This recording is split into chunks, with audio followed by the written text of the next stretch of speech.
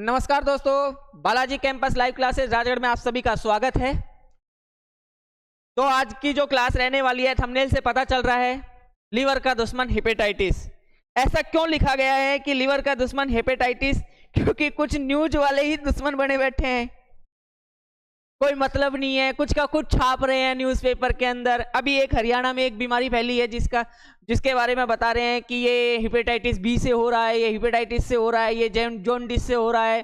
कुछ लोग ऐसे बोल रहे हैं। अभी जो हरियाणा के अंदर पलवल नाम की जो जगह है, वहाँ कई लोगों की डेथ हो चुकी है।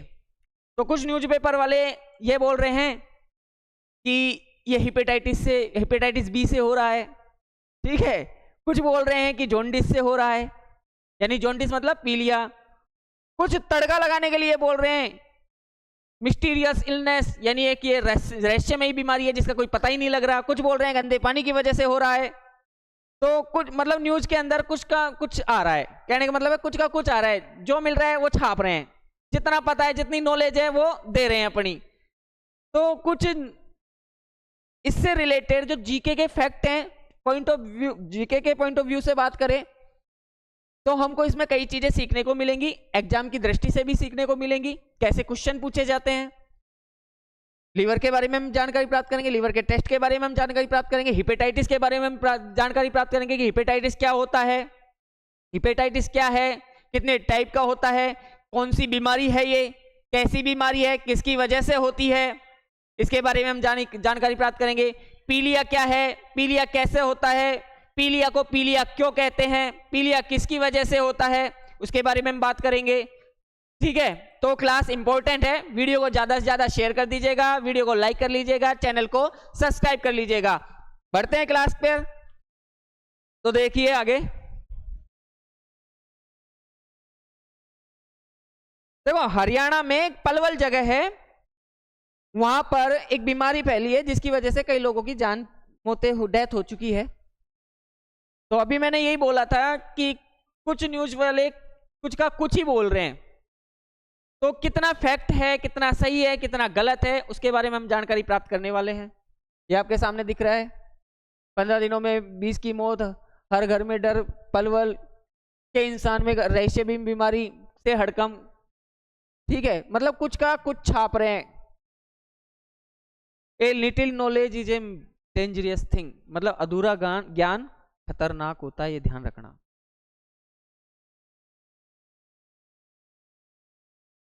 पहले तो हम बात करते हैं हेपेटाइटिस, इसके बारे में बात करते हैं। हेपेटाइटिस, ये हेपेटाइटिस है क्या? अब इस हेपेटाइटिस के टुकड़े करो, देखो एक निकल के आएगा वर्ड हिपेट। अगर आपने सुना हो, पढ़ा हो, तैयारी करी हो तो एक चीज समझी होगी, आपने एक चीज पढ़ी होगी, hepatology. What is hepatology? Study of liver, liver का अध्ययन, यकृत का अध्ययन, जिगर का अध्ययन, कलेजे का अध्ययन, क्या कहलाता है? हेपेटोलॉजी। और हिपेट सेल होती है, हिपेटिक सेल, जिससे लिवर बनता है। लिवर की जो सेल्स होती हैं, कोशिका होती हैं, उनको क्या बोलते हैं? हिपेटिक सेल बोलते हैं। और लिवर का अध्ययन, स्टडी ऑफ लिवर, क्या कहलाता है? हिपेटोलॉजी। और जहां पर भी टाइटिस आ जाए, क्या आ जाए? आइटिस। जहां पर भी आइटिस वर्ड आ जाए, समझ जाना क्या कह रहा है वो? सूजन या शोध, क्या? शोध या फिर बड़ा हुआ। ये भी ध्यान रखना दोस्तों।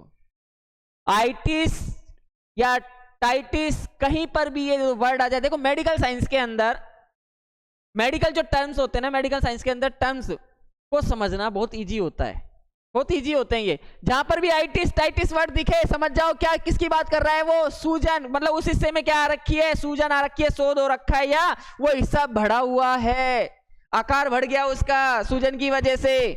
जैसे एग्जाम्पल मैं दूं तो नाम सुना होगा ब्रोंकाइटिस, फेफड़ों की सूजन, यानी ब्रोंकाई होती किसमें है? फेफड़ों के अंदर। आइटिस आ रहा है, समझ जाओ सूजन, यानी फेफड़ों में सूजन आ चुकी है। मेनिंजाइटिस, यानी मेनिंजेज की जो लेयर होती है ब्रेन के ऊपर, जो एक कवरिंग होती है, लेयर होती है, उस पर, उसको क्या बोलते हैं? मेनिंजेज। उस मेनिनजेज की लेयर के अंदर क्या आ चुकी है, सूजन, यानी वो उसका हिस्सा बढ़ चुका है, उसको बोलते हैं मेनिनजाइटिस। एक होता है एनसेफेलाइटिस।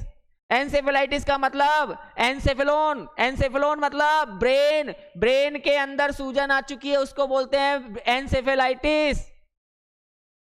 यहां तक क्लियर है ना। ऐसे होता है आर्थराइटिस, गठिया जिसको बोलते हैं, यानी जोड़ों में सूजन, दर्द होना। हो गया ना यहां तक क्लियर।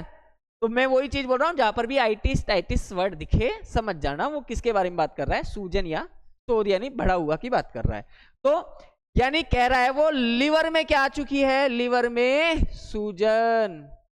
हिपेटाइटिस का मतलब लिवर में सूजन, यानी लिवर सूज चुका है। यहां तक क्लियर है। अब बात करेंगे हिपेटाइटिस किसकी वजह से होता है। ठीक है, हिपेटाइटिस किस वजह से होता है। पहली बात तो जो हिपेटाइटिस है वो एक वायरल डिजीज है। कैसी है, वायरल डिजीज है दोस्तों। वायरल डिजीज मतलब वायरस से होने वाली बीमारी। जैसे कई बीमारी ऐसी होती है जो बैक्टीरियल होती है, बैक्टीरिया से होने वाली बीमारी, जीवाणु जनित रोग पढ़ा होगा आपने।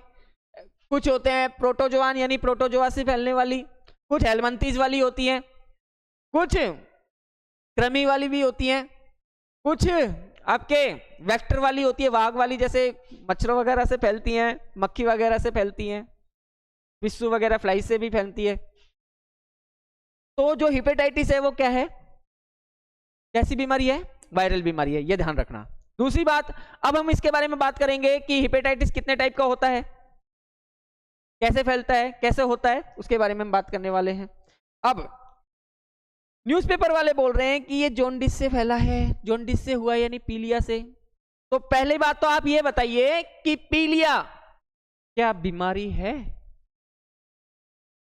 पीलिया बीमारी नहीं है, पीलिया हिपेटाइटिस का लक्षण है। यह एक बीमारी का लक्षण है, उस बीमारी का नाम है हिपेटाइटिस। तो जॉन्डिस जो पीलिया होता है, पीलिया एक बीमारी का लक्षण है। किस बीमारी का, किसका है, अभी बोला है हिपेटाइटिस का, ये ध्यान रखना। हो गया यहां तक, नेक्स्ट करेंगे। अब हिपेटाइटिस को समझने से पहले हमको चलना पड़ेगा किसके पास, ब्लड के पास। किसके पास, ब्लड के पास। हिपेटाइटिस को समझने से पहले हमको समझना होगा ब्लड। हमको समझना तो है हिपेटाइटिस, चलना किसके पास पड़ेगा, ब्लड के पास। हम गए भाई साहब ब्लड के पास।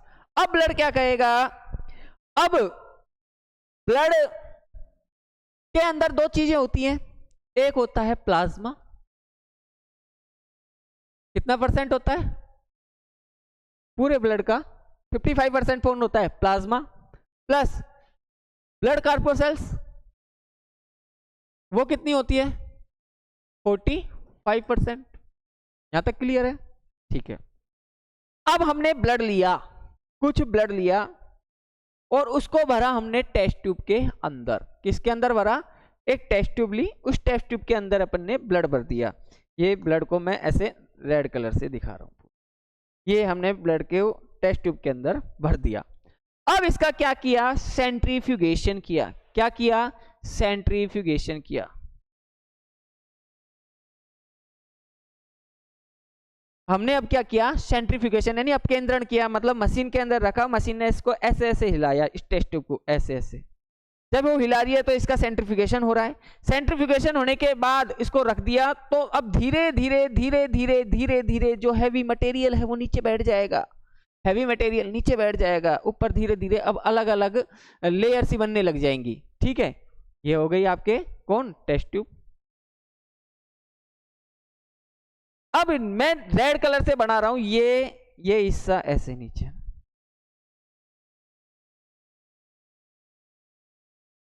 इसके बाद ऐसे कुछ, और एक मैं ये येलो ही कलर से बना दिया, ये रहा यहां तक। यानी ब्लड लिया, ब्लड को टेस्ट ट्यूब के अंदर भरा, फिर उसको इसमें सेंट्रीफ्यूगेशन किया मशीन के अंदर। सेंट्रीफ्यूगेशन करने के बाद अब नीचे जो बैठा है ना हिस्सा ब्लड के अंदर, नीचे हमेशा क्या बैठेगी, आरबीसी।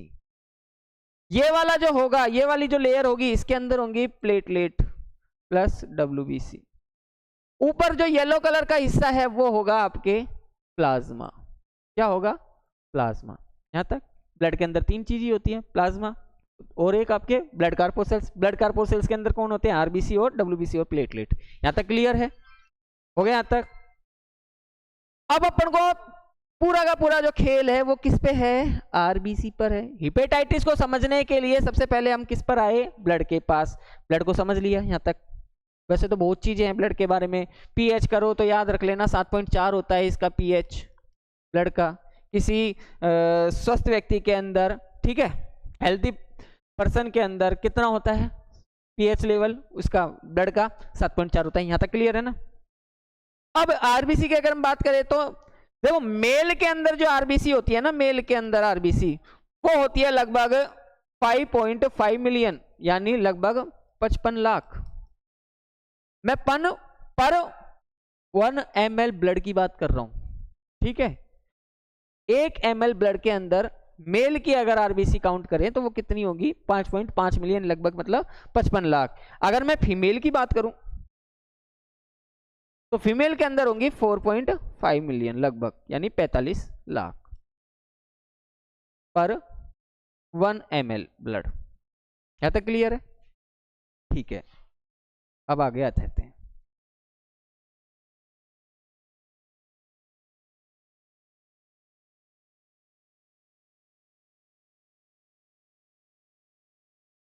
आवाज नहीं आई क्या? अच्छा, तो देखो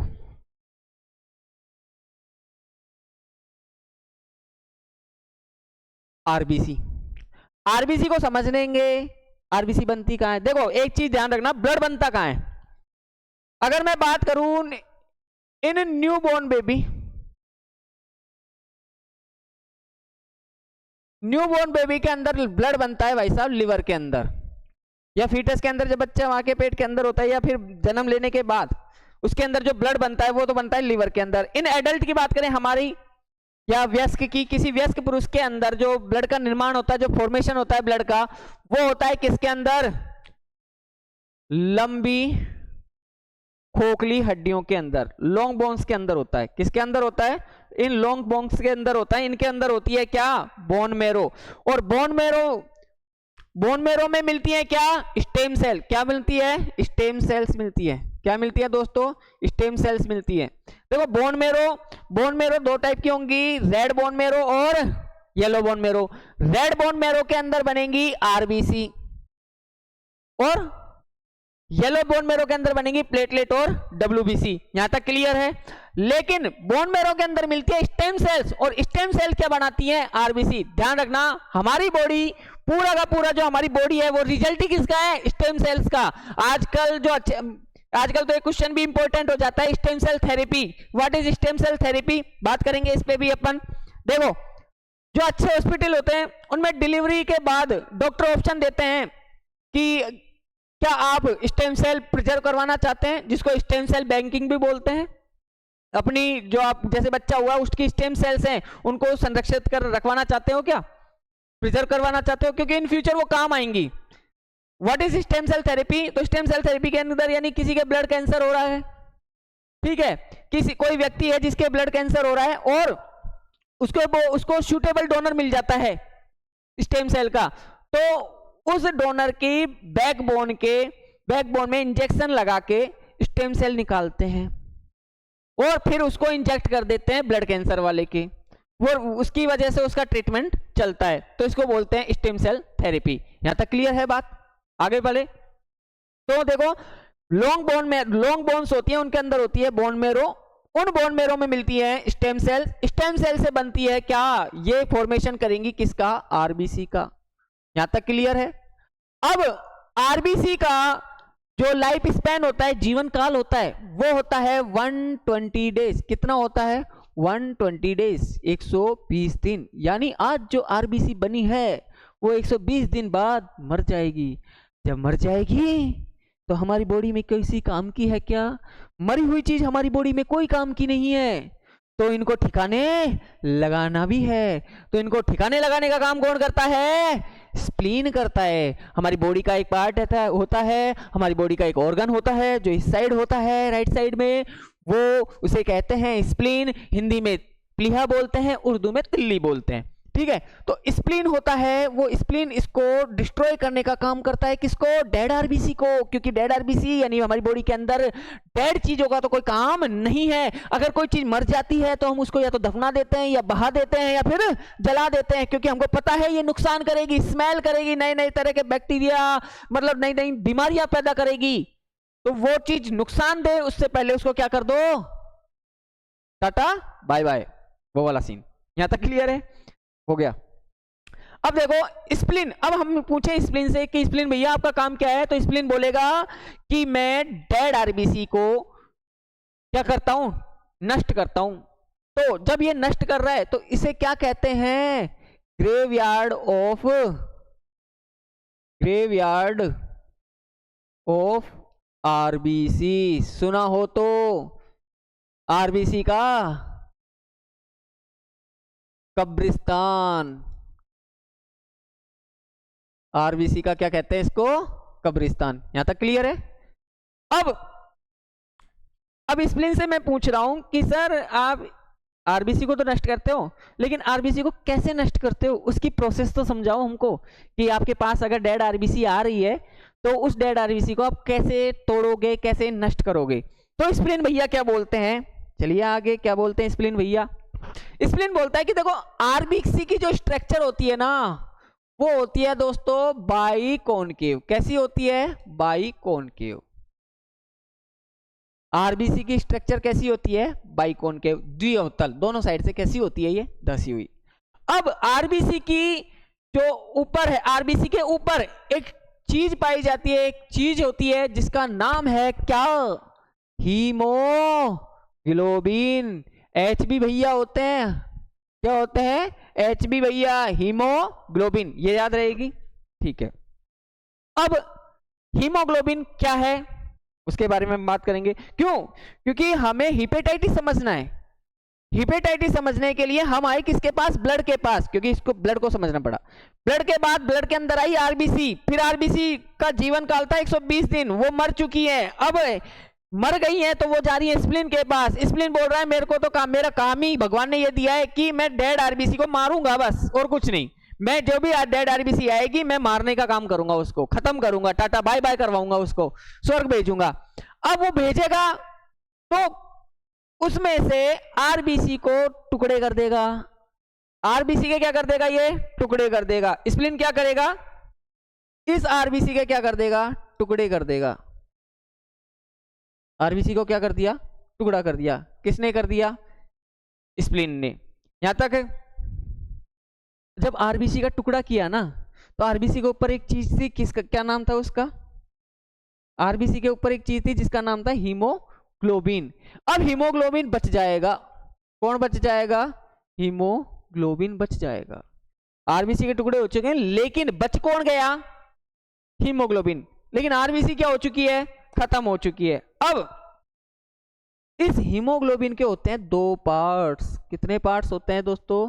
दो पार्ट्स होते हैं। इंपॉर्टेंट फैक्ट आ रहे हैं यहां से, वन लाइनर क्वेश्चन भी आ रहे हैं। ये प्रोसेस समझ ली, हिपेटाइटिस, बिलिरुबिन, जॉन्डिस, जो भी फंस जाए क्वेश्चन ऐसे होंगे मलाई के जैसे स्मूथली। यहां तक हो गया क्लियर? तो देखो हीमोग्लोबिन दो चीजों से बना है। हीमोग्लोबिन के अंदर ये होता है एक चीज F+2, Fe+2। हीमोग्लोबिन के अंदर, हीमोग्लोबिन के दो क्या होंगे? पार्ट्स होंगे। इस Fe+2 को बोलते हैं साइंस की लैंग्वेज के अंदर हीम पार्ट। क्या बोलते हैं? हीम पार्ट, यानी हीम वाला पार्ट। और दूसरा होता है ग्लोबिन। दूसरा क्या होता है? ग्लोबिन। और ये क्या होता है? ग्लोबिन पार्ट वो होता है प्रोटीन। क्या होता है? प्रोटीन। एक है हीम, एक है ग्लोबिन। देखो हीमोग्लोबिन एक हीम वाला पार्ट है। हीम किसको कहते हैं? Fe+2 को। ग्लोबिन एक क्या है? प्रोटीन है। यहां तक आ गई समझ में? अब हीमोग्लोबिन बढ़ाने के लिए देखो किसी व्यक्ति के अंदर ब्लड की कमी हो जाती है, तो ब्लड की कमी किसकी वजह से होगी? ब्लड बनेगा आरबीसी से। आरबीसी बनेगी हीम से, हीमोग्लोबिन से, हीमोग्लोबिन बनेगा हीम से, हीम बनेगा हिमेटिन से, हिमेटिन बनेगा आयरन धातु से, आयरन धातु से। तो डॉक्टर क्या कहेंगे, अगर आपके आयरन की कमी आ गई, यानी आपके ब्लड की कमी आ गई, यानी हीमोग्लोबिन की कमी हो गई, तो आप हीम वाली चीजें खाइए। या फिर वो बोल देंगे आप वो क्या देंगे, फिर आपको दवाइयां देंगे जिसमें फेरस फ्यूमरेट होगा या फिर फेरस सल्फेट होगा। यहां तक क्लियर है? अब जो दूसरा पार्ट था कौन सा, ग्लोबिन पार्ट। इस ग्लोबिन पार्ट की अगर अपन स्ट्रक्चर देखें, स्टडी करें, तो इसकी स्ट्रक्चर जो होती है उस पर एक रिंग पाई जाती है, उस रिंग को बोलते हैं पोरफायरिन रिंग। क्या बोलते हैं, पोरफायरिन रिंग। यानी हीमोग्लोबिन के दो पार्ट होते हैं, Fe+2 और ग्लोबिन, ग्लोबिन प्रोटीन वाला पार्ट होता है, प्रोटीन होता है। अगर इसकी स्टडी करें तो इसकी स्ट्रक्चर जो होती है संरचना पर, उस पर एक रिंग पाई जाती है, एक रिंग जैसी संरचना पाई जाती है जिसका नाम है पोरफायरिन रिंग। यहां तक क्लियर है? स्क्रीनशॉट लेना चाहोगे ले लीजिए।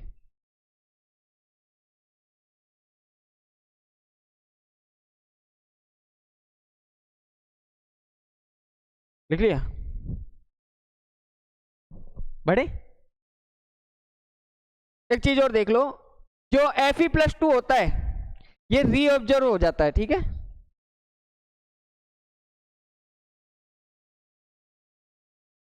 ये पुनः अवशोषित हो जाता है। कौन सा पार्ट, कौन सा, Hb का जो दूसरा पहला पार्ट है Fe+2, ये दोबारा काम आ जाता है। दोबारा ये किसमें बन, इससे दोबारा क्या बन सकती है, इससे दोबारा क्या बनती है, आरबीसी बनती है दोबारा, ठीक है? मतलब ये ऐसा पार्ट है जो दोबारा काम आ सकता है, रीऑब्जर्व हो जाता है, ये पुनः अवशोषित हो जाता है, ठीक है? लेकिन पोरफायरिन रिंग जो होता है वो वेस्ट प्रोडक्ट है। जो पोरफायरिन रिंग है किस पर पाई जाती है, ग्लोबिन की जब स्ट्रक्चर देखते हैं हम, यानी जब इसकी स्टडी करते हैं तो इस पर एक संरचना पाई जाती है, रिंग जैसी संरचना, जिसका नाम है पोरफायरिन रिंग। और ये पोरफायरिन रिंग क्या है, एक वेस्ट प्रोडक्ट है। कैसा है, खराब उत्पाद है, वेस्ट प्रोडक्ट है। इस भाग को जब हमारी बॉडी तोड़ेगी या हमारा डिफेंस सिस्टम जब इसको नष्ट करेगा, तोड़ेगा, तो स्प्लीन में से गुजरते टाइम इस पर हमारी जो मैक्रोफाज सेल्स होती है ना, मैक्रोफाज सेल्स, वो इसको क्या करेंगी, इस पर क्या करेंगी, अटैक करेगी। यानी अब ये ग्लोबिन प्रोटीन पर एक स्ट्रक्चर पाई जाती है पोरफायरिन रिंग की। पोरफायरिन रिंग क्या है, एक वेस्ट प्रोडक्ट है। अब जब हमारी बॉडी क्या करेगी, इसको तोड़ेगी या फिर डिस्ट्रॉय करेगी, हमारा डिफेंस सिस्टम इसको तोड़ेगा, नष्ट करेगा। जब ये किससे होकर गुजरेगा, स्प्लीन से होकर जाएगा, यानी हमारी तिल्ली यानी प्लीहा से होकर गुजरेगा, तो उसके अंदर बैठी हुई मैक्रोफाज सेल्स जो होती हैं वो इसको इस पर क्या करेंगी, अटैक करेंगी। क्या करेंगी, अटैक। तो what is macrophage cells, macrophage cells जो होती हैं, ऐसे समझ लीजिए ये हमारे क्या हैं, फौजी हैं। क्या है, फौजी। यानी जैसे ही डेड आरबीसी दिखती है इनको, जैसे ही डेड आरबीसी दिखती है, कोई भी मरी हुई सेल्स दिखती है इनको, क्या कर देती है, उसको नष्ट करने का काम कर देती है, उसको खत्म करने का काम कर देती है। कहने का मतलब है अगर कोई दुश्मन आ रहा है, हमारी शरीर में दुश्मन आ रहा है, तो ये फौजी की तरह काम करती हैं, उसको मारने का काम करती है, उस दुश्मन को। यहां तक आ गया मैक्रोफाज सेल्स, ठीक है? जब अब एक नोट डाल के लिख लेना, जब पोरफायरिन टूटेगी, जब पोरफायरिन रिंग टूटेगी तब, यानी जब पोरफायरिन रिंग टूट जाती है ना, तो एक केमिकल निकलता है। क्या बनेगा तब, एक रसायन बनेगा जिसे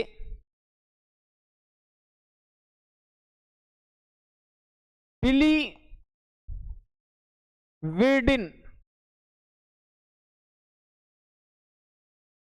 जिसे बिलीवर्डिन कहते हैं।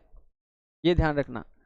देखो हीमोग्लोबिन के दो पार्ट थे, हीम Fe+2 और एक है ग्लोबिन वाला पार्ट। ग्लोबिन एक प्रोटीन है, ग्लोबिन पर एक स्ट्रक्चर पाई जाती है, रिंग जैसी स्ट्रक्चर, जिसका नाम है क्या, क्या नाम था अभी बताया था, नहीं है याद, अभी भूल गया। पोरफायरिन रिंग पाई जाती है। वो पोरफायरिन रिंग एक बेस्ट प्रोडक्ट है। जब भी हमारी बॉडी या हमारे डिफेंस सिस्टम इसको तोड़ता है, जब ये स्प्लिन में उसे होकर गुजरता है, तो इस पर मैक्रोफाज सेल्स क्या कर देती है, अटैक कर देती है, इसको नष्ट करने का काम करती है। यहां तक हो गया। जब पोरफायरिन रिंग टूटती है तब एक केमिकल बनेगा जिसका नाम क्या है, बिलीवर्डिन। यहां तक क्लियर है? क्या बनेगा, बिलीवर्डिन। अब बिलीवर्डिन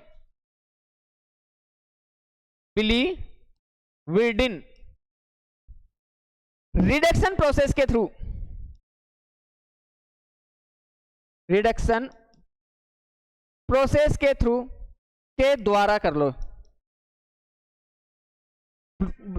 किस में बदल जाएगा, ये बदल जाएगा बिलीरुबिन में बदल जाएगा। बिलीरुबिन में बदल जाएगा। यहां तक क्लियर है? जब पोरफायरिन रिंग टूटेगी तब एक रसायन बनेगा, एक केमिकल बनेगा जिसे कहेंगे बिलीवर्डिन। बिलीवर्डिन रिडक्शन प्रोसेस के द्वारा क्या हो जाएगा, बिलीरुबिन में बदल जाएगा। यहां तक क्लियर हो गई लाइन? अब आओ, अब क्या करवाओगे आप? अब एक टेस्ट होता है जिसका नाम है एलएफटी टेस्ट। क्या नाम है, एलएफटी टेस्ट। देखो ये एक सारणी दे रखी है, मैंने एक फॉर्मेट लिया है, ठीक है। एलएफटी टेस्ट का liver function test, LFT test इसको बोलते हैं। इसमें तीन चीजें, दुनिया के किसी भी लैब से आप एलएफटी करवा लीजिए, हमेशा ऊपर क्या लिखा आएगा, सीरम बिलीरुबिन। हो गया यहां तक? सीरम बिलीरुबिन, ये एक मैंने एक टेस्ट लिया है। देखो तीन टाइप के होंगे इसके अंदर, तीन चीजों के बारे में हमको जानना पड़ेगा। Total bilirubin, bilirubin direct, bilirubin indirect. तीन हो गई, bilirubin total, bilirubin direct, bilirubin indirect. इन तीन चीजों के बारे में हमको पता होना चाहिए, तब तो बता दोगे आप हिपेटाइटिस है, ठीक है। जॉन्डिस है तो कौन सा जॉन्डिस है। आगे देखो, यहां तक क्लियर? अब जो लिवर फंक्शन टेस्ट है, यहां लिख रहा हूं मैं LFT, लिवर फंक्शन टेस्ट। इस लिवर फंक्शन टेस्ट के अंदर तीन चीजें आएंगी, कौन सी, पहले देख लेना। सीरम बिलीरुबिन टोटल, पहला कौन सा होगा, सीरम बिलीरुबिन टोटल। दूसरा होगा सीरम बिलीरुबिन इनडायरेक्ट। तीसरा होगा सीरम बिलीरुबिन डायरेक्ट। अब ये डायरेक्ट, इनडायरेक्ट, टोटल, ये क्या बला है, इनके बारे में भी हम बात करेंगे। तो इससे पहले हम बात कर लेते हैं व्हाट इज जॉन्डिस, कि जॉन्डिस क्या है, ठीक है। अगर मैं बात करूं जॉन्डिस की, तो जॉन्डिस को बोलते हैं पीलिया। जॉन्डिस को क्या बोलते हैं, पीलिया। और अगर यूपी बिहार के हो तो यूपी बिहार में बोलते हैं इसको भैया पांडु रोग। क्या बोलते हैं, पांडु रोग। क्यों बोलते हैं पांडु रोग, क्योंकि वहां के लोग ऐसा मानते हैं कि जो महाभारत में जो पांडव वाला जो कैरेक्टर था, पांडव जो कैरेक्टर थे यानी पांडु, जो पांडव थे वो किसके बच्चे थे, पांडु के, पांडव, कौरव पांडव। तो उन वो जो पांडु नाम का जो कैरेक्टर था, पांडव नाम का जो कैरेक्टर था, उसके क्या था, ये वाला रोग था, पीलिया रोग, ऐसे बताते हैं ना। तो यूपी बिहार के लोग इस रोग को यानी पीलिया रोग को, जॉन्डिस को क्या बोलते हैं, पांडु रोग भी बोलते हैं। अब ब्लड में अगर बिलीरुबिन ज्यादा होगा, ब्लड में अगर बिलीरुबिन क्या होगा, ज्यादा, तो क्या होगा, ऐसे व्यक्ति में क्या हो जाएगी, पीलिया ही होगा ना। बिलीरुबिन नहीं पता, पहली बात तो ऐसे नहीं पता चलेगा। देखो जॉन्डिस होता है पीलिया, ठीक है, यहां तक क्लियर है। बिलीरुबिन होता है कैसे रंग का, येलो कलर का। कैसे कलर का होता है? येलो कलर का, पीले कलर का होता है। यहां तक क्लियर है? अब ये दिखता किसकी वजह से है, कहां से दिखेगा, कैसे दिखेगा? तो हमारी जो पतली स्किन होती है या फिर सफेद हिस्सा, वहां से दिखेगा। जैसे किसी का पीले हो रखा है या बिलिरुबिन की मात्रा बिलिरुबिन देखना है, तो एक तो हो गया आपके नेल्स हो जाएंगे, ठीक है, आईज हो जाएंगी, आंखें हो जाएंगी यहां तक, और एक यूरिन हो जाएगा। इनसे आप क्या कर सकते हो, बिलिरुबिन को या पीलिया को पता कर सकते हो। यहां तक क्लियर है? ठीक है। और पीलिया में क्या करते हैं, बिलिरुबिन का टेस्ट करते हैं, बिलिरुबिन की जांच करते हैं। जो पीलिया होता है, जॉन्डिस जिसको पांडु रोग बोलते हैं, इसमें किसकी टेस्ट करते हैं? बिलिरुबिन की टेस्ट करते हैं कि बिलिरुबिन कैसा है, ज्यादा है या कम है। यहां तक क्लियर है? और बिलिरुबिन, ये जो जॉन्डिस है, वो जॉन्डिस किससे रिलेटेड है, ये भी ध्यान रखना, किससे संबंधित है? वो हो जाएगा आपके लिवर से। हो गया यहां तक? एलएफटी के अंदर तीन चीजें आएंगी, serum bilirubin total, serum bilirubin indirect और सीरम बिलिरुबिन डायरेक्ट। यहां तक हो गया क्लियर? ठीक है। अब जो बिलिरुबिन है वो क्या आरबीसी यानी डेड आरबीसी से ही बनता है? क्या इसके और भी सोर्स हैं? बिल्कुल है, इसके और भी सोर्स हैं। क्या? डिफेक्टिव आरबीसी भी हो सकती है, ठीक है। मतलब कोई ऐसी आरबीसी जो बोन मैरो के अंदर बनी है लेकिन वो डिफेक्टिव बन गई, तो उसको भी डिस्ट्रॉय करेगा स्प्लिन। फिर स्प्लिन उसको डिस्ट्रॉय करने के बाद, टुकड़े करने के बाद हीमोग्लोबिन बच जाएगा। हीमोग्लोबिन, फिर हीमोग्लोबिन के दो पार्ट होंगे, कौन कौन से? एक होगा हीम Fe+2, दूसरा होगा ग्लोबुलिन। ग्लोबिन जो प्रोटीन वाला पार्ट है, उस ग्लोबिन पार्ट के जब स्टडी करोगे, स्ट्रक्चर देखोगे तो उस पर एक स्ट्रक्चर पाई जाएगी रिंग जैसी, जिसको बोलते हैं पोरफायरिन रिंग। वो एक वेस्ट प्रोडक्ट है।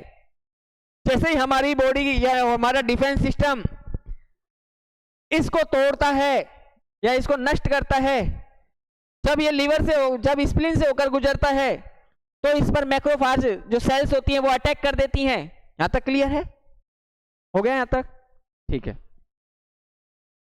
अब बात करते हैं बिलिरुबिन कितने टाइप का होता है। अब आ जाओ, अब समझ आ जाएगा तुम्हारे hepatitis. Bilirubin, what is bilirubin? तो बिलिरुबिन होता है दोस्तों 2 टाइप का।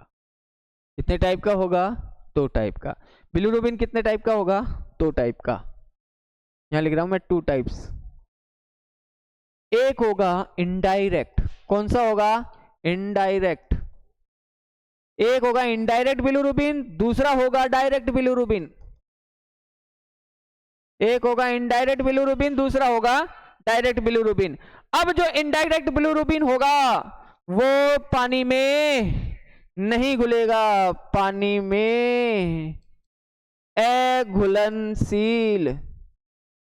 कहने का मतलब क्या हो गया?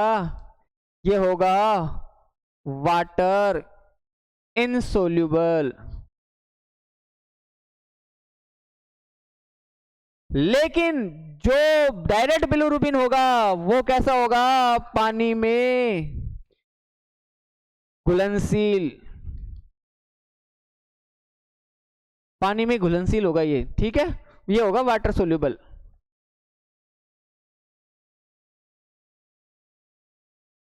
बिलिरुबिन 2 टाइप का होगा। पहला होगा इनडायरेक्ट, दूसरा होगा डायरेक्ट। इनडायरेक्ट पानी में नहीं घुलेगा, दूसरा पानी में घुल जाएगा।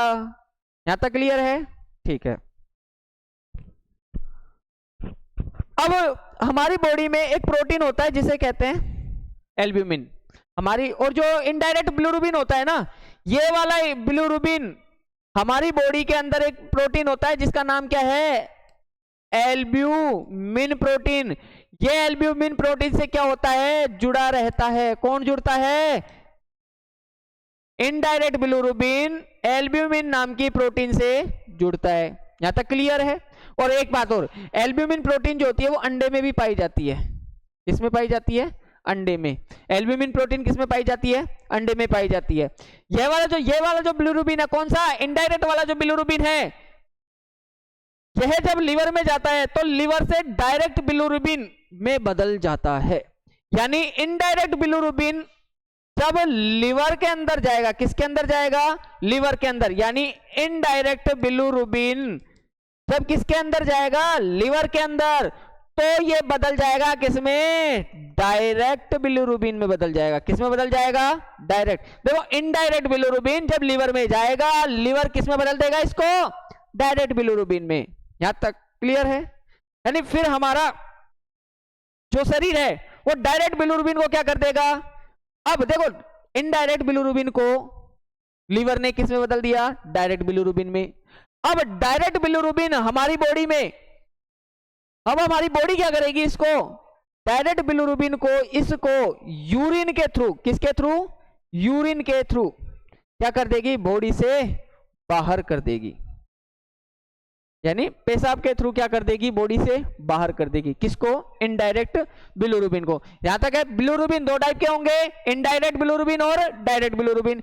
इनडायरेक्ट बिलिरुबिन पानी में नहीं घुलता है, वाटर इनसॉल्युबल होता है, ठीक है। जो इनडायरेक्ट बिलिरुबिन है वो हमारी बॉडी के अंदर एक प्रोटीन होती है जिसका नाम, हमारी ब्लड के अंदर एक प्रोटीन होती है जिसका नाम है एल्ब्यूमिन, और एल्ब्यूमिन प्रोटीन अंडे में भी पाई जाती है। इस एल्ब्यूमिन प्रोटीन से जुड़ता है कौन? यानी अटैच होता है कौन? Indirect bilirubin. अब इनडायरेक्ट बिलिरुबिन किसके अंदर जाएगा? लीवर के अंदर। जैसे लीवर के अंदर जाएगा, लीवर किस में बदल देगा इसको? डायरेक्ट बिलिरुबिन में। और डायरेक्ट बिलिरुबिन को हमारी बॉडी यूरिन के द्वारा, मूत्र के द्वारा शरीर से बाहर निकाल देगी। यहां तक प्रोसेस समझ आई? यहां तक लाइन क्लियर है? ठीक है। अब किसी आदमी में, एक चीज बात करते हैं, एक चीज पे बात कर लेते हैं, पर थोड़ा सा डिस्कस कर लेते हैं। अगर किसी आदमी में ब्लड की बीमारी है, कोई आदमी है जिसमें क्या है? ब्लड की बीमारी है, और उसमें जल्दी जल्दी आरबीसी मर रही है, या फिर उसकी आरबीसी क्या है? डिफेक्टिव है, तो उस आदमी में इनडायरेक्ट बिलिरुबिन बढ़ा हुआ आएगा। ये ध्यान रखना। क्या कह रहा हूं मैं? यानी कोई आदमी है जिसमें एक ये आदमी है, इसमें या तो आरबीसी जल्दी जल्दी मर रही है, या फिर आरबीसी डिफेक्टिव है, तो उसमें जो इनडायरेक्ट बिलिरुबिन है ना, इसमें इनडायरेक्ट बिलिरुबिन वो हमेशा कैसा आएगा? बढ़ा हुआ आएगा, इंक्रीज आएगा। यहां तक है। और इनडायरेक्ट बिलिरुबिन और जब डायरेक्ट बिलिरुबिन बढ़े आ रहे हैं, तो समझ जाओ लीवर अपना काम कर रहा है सही तरीके से। सही तरीके से नहीं, मतलब बराबर काम कर रहा है, कहने का मतलब यह है। यानी जितना इनडायरेक्ट बिलिरुबिन है, उतना ही जितना इनडायरेक्ट बिलिरुबिन है ब्लड के अंदर एल्ब्यूमिन प्रोटीन से जुड़ा हुआ है, वो जा रहा है लीवर के अंदर। जैसे ही लीवर के अंदर जा रहा है, तो जितना गया उतना ही अगर क्या बना रहा है? वो डायरेक्ट बिलिरुबिन में बदल रहा है, तो लीवर काम प्रॉपर कर रहा है अपना।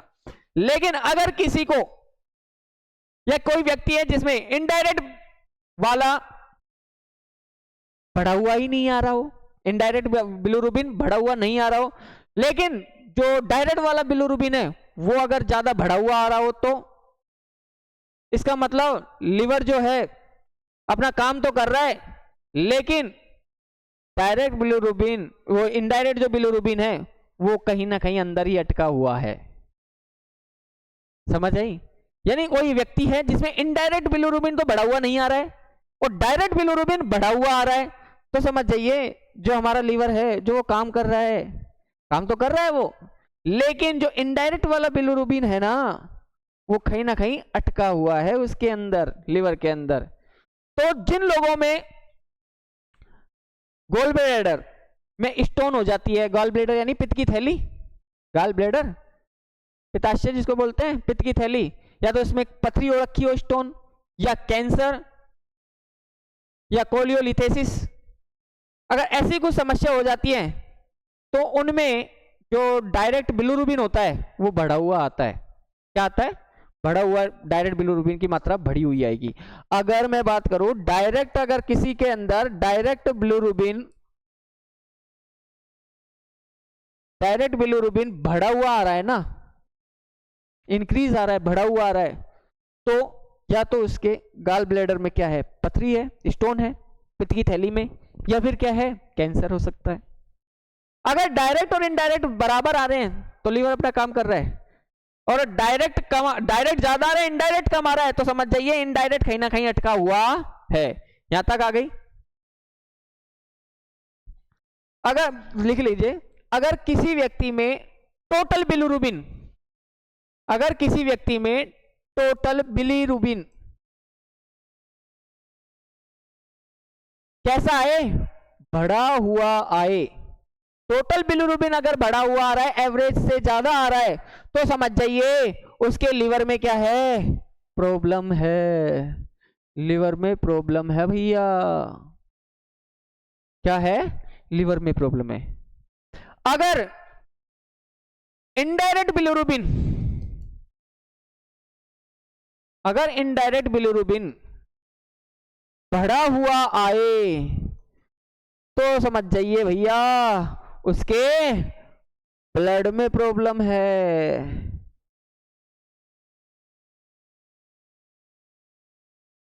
टोटल बिलिरुबिन बढ़ा हुआ है, एवरेज से ज्यादा है, तो लीवर में प्रॉब्लम। टोटल इनडायरेक्ट बिलिरुबिन अगर बढ़ा हुआ आए तो ब्लड में प्रॉब्लम। ठीक है, अगर डायरेक्ट बिलिरुबिन बढ़ा हुआ आए तो क्या होगा राजू भैया? हाँ बाबू भैया, फिर क्या होगा तो समझ जाना, गाल ब्लेडर। गाल ब्लेडर बोले तो पित्त की थैली, पित्ताशय, उसमें क्या है, या तो क्या होंगे भैया, स्टोन होंगे यानी पथरी, या क्या होगा, या तो या फिर कोई और बीमारी होगी, या कोई और प्रॉब्लम होगी। यहां तक क्लियर है? टोटल बिलिरुबिन बढ़ा है तो लीवर में प्रॉब्लम, इनडायरेक्ट बिलिरुबिन बढ़ा है तो ब्लड में प्रॉब्लम, डायरेक्ट बिलिरुबिन बढ़ा है तो पित्त की थैली यानी गाल ब्लैडर के अंदर स्टोन या फिर कोई और बीमारी हो सकती है। यहां तक क्लियर है?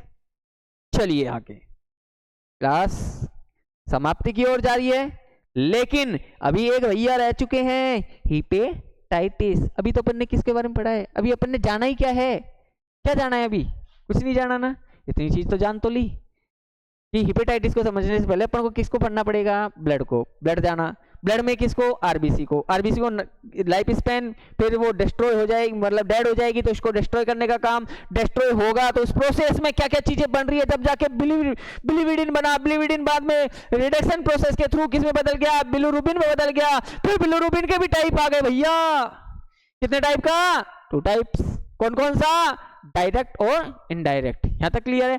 इनडायरेक्ट वाला वाटर इनसोल्युबल होता है, पानी में घुलता नहीं है। यह हमारे रक्त के अंदर, ब्लड के अंदर एल्ब्यूमिन प्रोटीन होती है जिससे अटैच रहता है।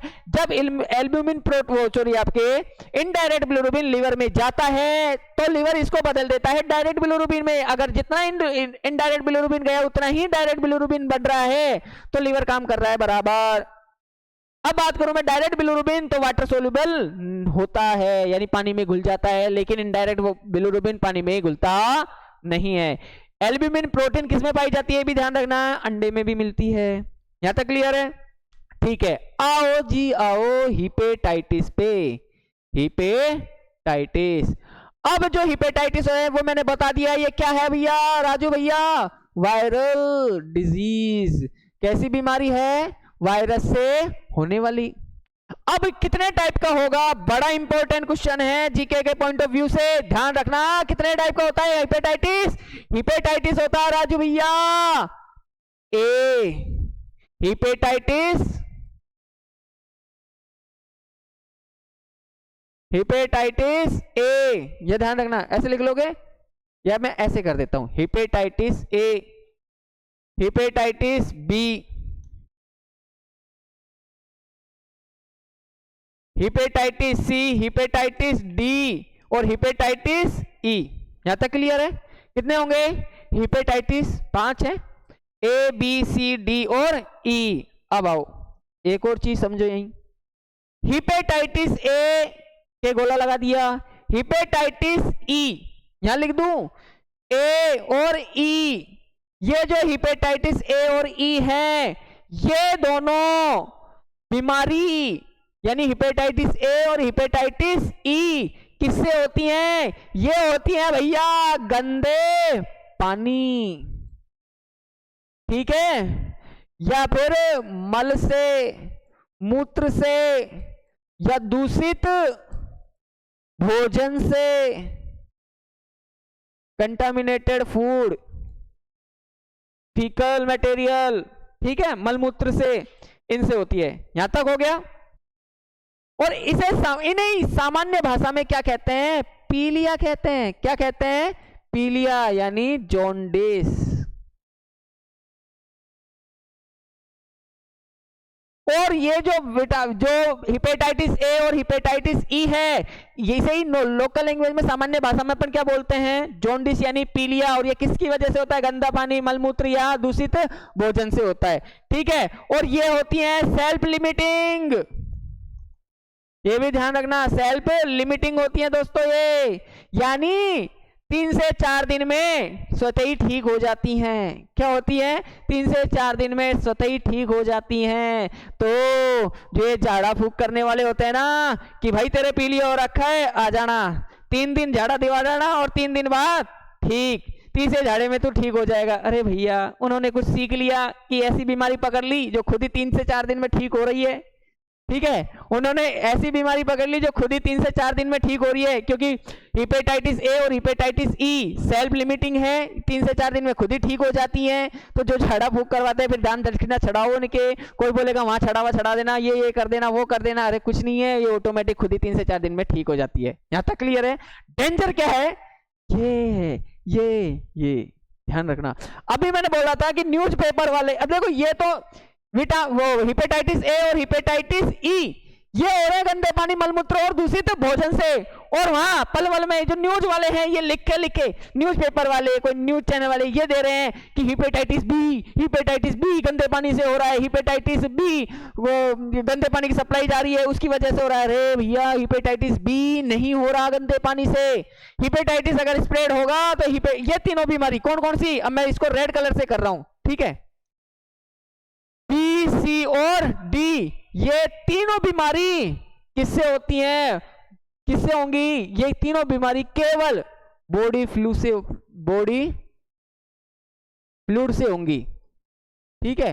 अब बॉडी फ्लूइड के अंदर कौन कौन से हो जाएंगे? या तो किससे होगी ये? ब्लड, या फिर सीमन यानी वीर्य से, या फिर किससे होगी?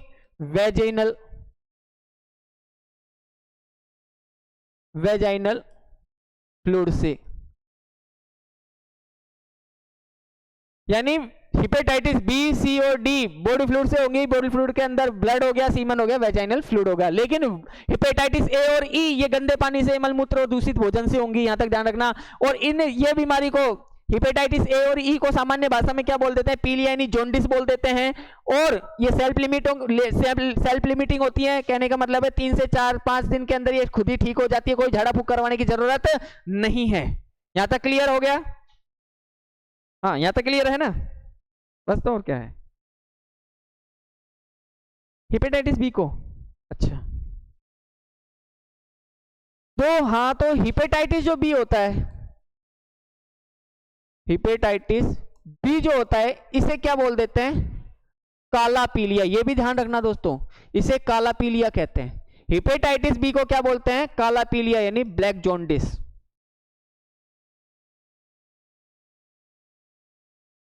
क्लियर? यह कभी ठीक नहीं होता, यह कभी भी ठीक नहीं होता, क्योंकि वायरल लोड ज्यादा होता है। हिपेटाइटिस बी होता है ना, वो कभी ठीक नहीं होता क्योंकि इसमें वायरल लोड ज्यादा होता है, यह ध्यान है ना? हाँ, वायरल लोड का मतलब होता है कि हमारी बॉडी के अंदर यदि जब वायरस ज्यादा है, वायरस की अमाउंट ज्यादा है तो वायरल लोड ज्यादा है, वायरस कम है तो वायरल लोड कम है, ये होता है। हाँ, ये लाइफ थ्रेटनिंग है, जानलेवा है ये, है ना? जानलेवा है ये। कौन सी? हिपेटाइटिस बी को काला पीलिया कहते हैं, ब्लैक जॉन्डिस कहते हैं। ध्यान रखना, इसमें वायरल, ये जल्दी से ठीक नहीं होता क्योंकि ये इसमें वायरल लोड ज्यादा होता है, वायरल लोड होता है इसके अंदर। दूसरी बात, ये लाइफ थ्रेटनिंग है यानी जानलेवा है।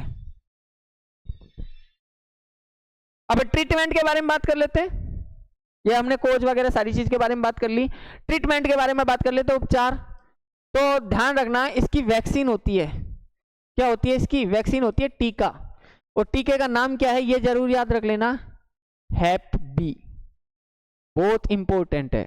हिपेटाइटिस का टीके का नाम बताओ, हिपेटाइटिस बी के टीके का नाम है हेप बी। देखो पहले ये अलग से लगती थी, पहले क्या होती थी, ये अलग से लगती थी, लेकिन अब क्या करते हैं, अब सरकार ने क्या कर दिया, इसको